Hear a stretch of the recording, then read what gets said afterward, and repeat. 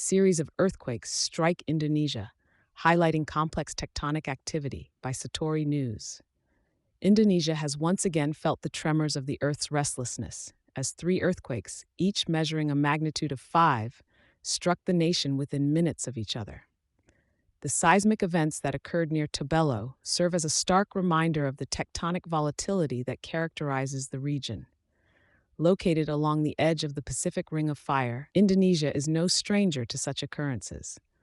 The Australia-Pacific Plate boundary, extending over 4,000 kilometers from the Sunda, Java Trench to the Solomon Islands, bears testimony to the tremendous forces at play. The eastern section, in particular, witnesses the northward subduction of the Australia Plate. Historically, the South Solomon Trench has been a hotspot for seismicity, where the convergence of the Australia and Pacific plates triggers substantial tectonic activity.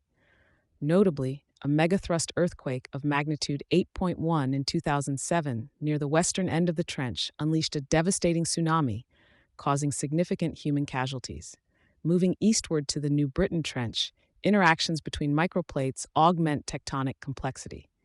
Here, the northward subduction of Australian-affiliated lithosphere gives rise to frequent large earthquakes, especially near the New Ireland's trench cusp.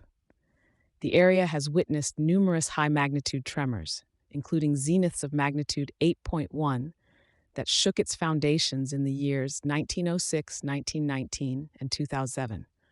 The western end of the plate boundary, encompassing areas from Indonesia to eastern New Guinea, represents a melange of convergent, extensional, and strike-slip deformation.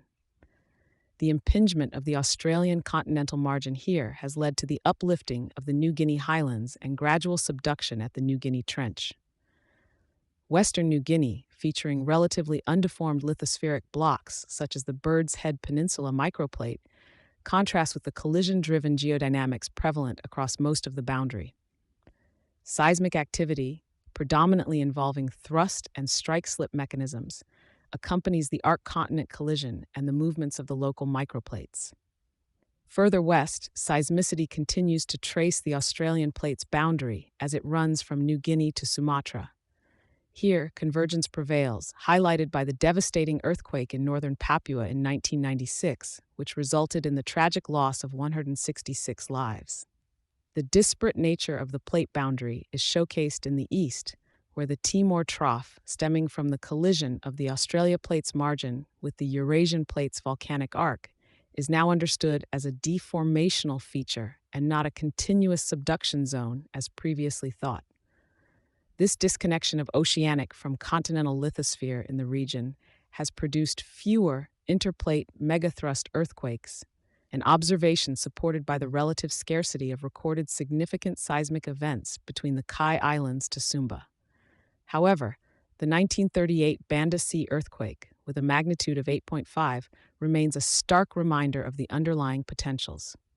The recent seismic activity in Indonesia encapsulates the complex and dynamic nature of tectonic movements along the Australia-Pacific Plate boundary, urging a constant vigilance and robust disaster preparedness within the archipelago. Thank you for choosing Satori News.